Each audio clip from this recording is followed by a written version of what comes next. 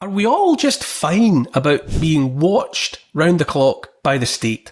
Are we all just fine about the state watching, listening to and recording for future reference our every action online and out in the real world as well?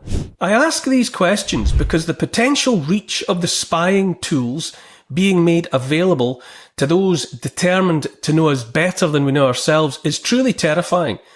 At the same time, I'm genuinely curious to know if this kind of 24-hour-a-day intrusion into our lives is actually okay with people, maybe with most people. I really do want to know.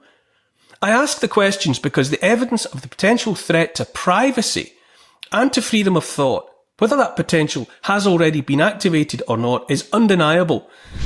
We already know that the police in the UK are making more than 30 arrests every single day of citizens deemed to have made offensive posts on social media. The real world of consequences of the beady eyes kept by the state on what citizens say are already brutally apparent. Custody data obtained by the Times newspaper showed that police are making about 12,000 arrests a year under Section 127 of the Communications Act 2003 and Section 1 of the Malicious Communications Act 1988. As journalist Toby Young reported this week, childminder and mother Lucy Connolly is behind bars serving more than 2.5 years for a post she made about illegal immigrants on the day of the Southport murders. She deleted the post and apologised for it within 4 hours, but none of that washed with the court. As Lord Young reported, a man who pleaded guilty to paying for sex with a child prostitute in Telford in 2013 received a lighter sentence, as have many members of the grooming gangs. How can it be right that the punishment for a single social media post should be more severe than the punishment for raping a child? Close quote. What is the best? A post should be more severe than the punishment for raping a child? Close quote. Connolly's case is emblematic also of the way words written or spoken are weaponised by the state, punished more severely than child rape, for example, when it suits the state to underline its power over people. It's my opinion that punishing Connolly more severely than a child rapist is the whole point of the exercise. You might say, we the powerful will determine what carries the heavier punishment, even where the crimes weighed are hurty words on the one hand and violence, sexual violence against children on the other. This is the boot heel of the state on the faces of the people in real life and in real time. Over on the European continent, home to the European Union, to which Britain is being rejoined by Prime Minister Keir Starmer expressly and blatantly against the stated wishes of the British people. In Germany, government spies are surveilling members of political party AfD, Alternative for Germany, by means including reading their chats and emails. It is reasonably presumed that related tech tools enable the state also to track those AfD members' online browsing histories, even to listen via the inbuilt microphones on their smartphones to private conversations those people have at home. The German government spy service, called the Office of the Protection of the Constitution, published an 1,100-page report on AfD based on public statements made by its members. This data was used to confirm the AfD as extremist and right-wing. In an article published by online newspaper Remix News and headlined, "Why is the secret German spy report on the AfD party only filled with public statements?" journalists insist, quote, "We already know that the BFV is secretly surveilling AfD members in certain German states, mostly in the east where the party is, quote, confirmed right-wing extremist, end quote, already.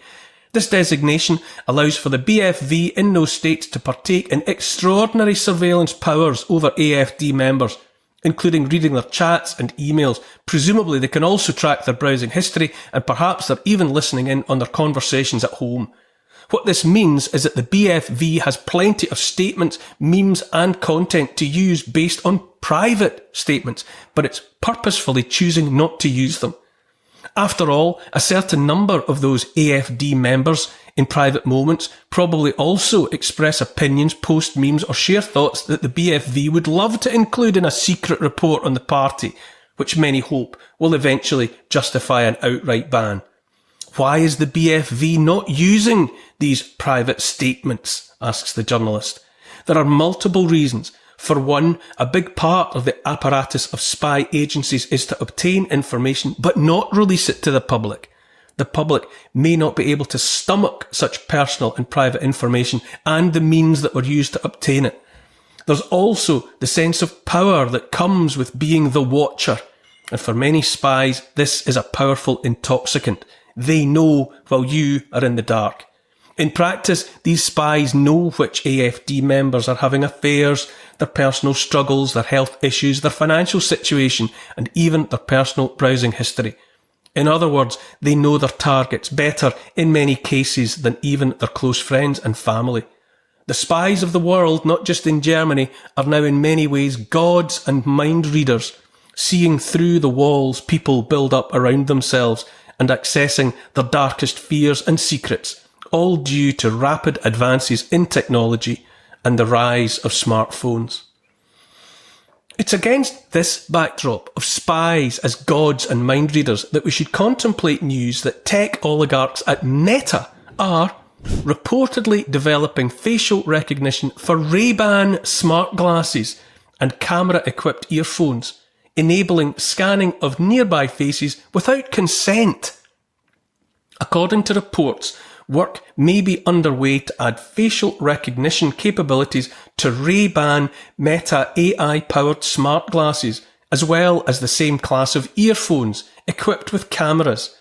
If and when this feature is added to the wearables, and articles based on a story published by The Information are careful to use might and would as qualifiers depending on how it's implemented, it could raise significant privacy concerns.